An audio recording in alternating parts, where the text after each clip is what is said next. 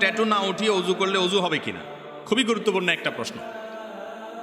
আমাদের অনেক ভাইয়েরা, অনেক বোনরা আজকাল শরীরে ট্যাটু, উল্কি অঙ্কন করে। এই ট্যাটুগুলো লাগানোর পর অনেক সময় এগুলোকে আর রিমুভ করা বা দূর করার কোনো সুযোগ থাকে না।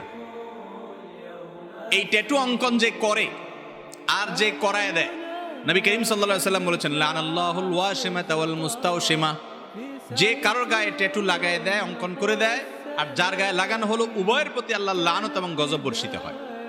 শয়তানের কিছু সূক্ষ্ম কাজ আছে, এগুলোর ভিতরে একটা হলো এই ট্যাটু। মানুষের শরীরে এগুলো যখন সেট হয়ে যায়, সে আল্লাহর রহমত থেকে অনেক দূরে সরে। বিশেষ করে অনেক প্রাণীর ছবি থাকে, অনেক সময় কারোর নাম লেখা থাকে, আজেবাজে জিনিস অঙ্কন করা থাকে। আপনার পশ্চিমা দেশের মানুষগুলোর গায়ে, বিভিন্ন ফুটবলারদের গায়ে আপনারা দেখেন এখানে ট্যাটু, হাঁটুতে ট্যাটু, গালে ট্যাটু, বুকে ট্যাটু, পুরো শরীরে অঙ্কন করে কি করে। আপনাদের কাছে কেমন লাগে জানি না, আমার দিকে তাকাইলে তো আমার কাছে বান্দর বান্দর মনে হয়।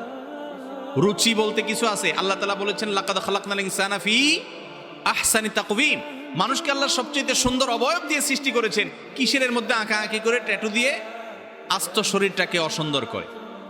বাংলাদেশে অনেক কোম্পানি বাইর হয়েছে, যুবকদেরকে ট্যাটু বেচা তাদের ব্যবসা জমানোর জন্য একটা মিথ্যা মাসআলা, ভুয়া মাসআলা তারা বের করছে। সেটা হলো, তারা বলে যে এই ট্যাটু লাগলে অজুতে কোনো অসুবিধা হবে না। ট্যাটু যদি শরীরে কেউ লাগায়, নিজের ত্বকের উপরে আলাদা আবরণ সৃষ্টি হলে সেখানে যতই পানি দেন আপনি, অজু হবে না। অনেক ভাইরা আছেন, অনেক বোনেরা আছেন, না বুঝা লাগাইছেন, এখন বলে হুজুর কি করব, দূর করারও কোনো সুযোগ নাই। অত্যন্ত ভয়াবহ ব্যাপার যে অজুই হবে না যদি আপনার চামড়ার উপরে আলাদা কি পড়ে যায়, স্তর বা আবরণ সৃষ্টি হয়ে যায়। তো এই জন্য এই সমস্ত ট্যাটু কোনো অবস্থাতে লাগানো যাবে না।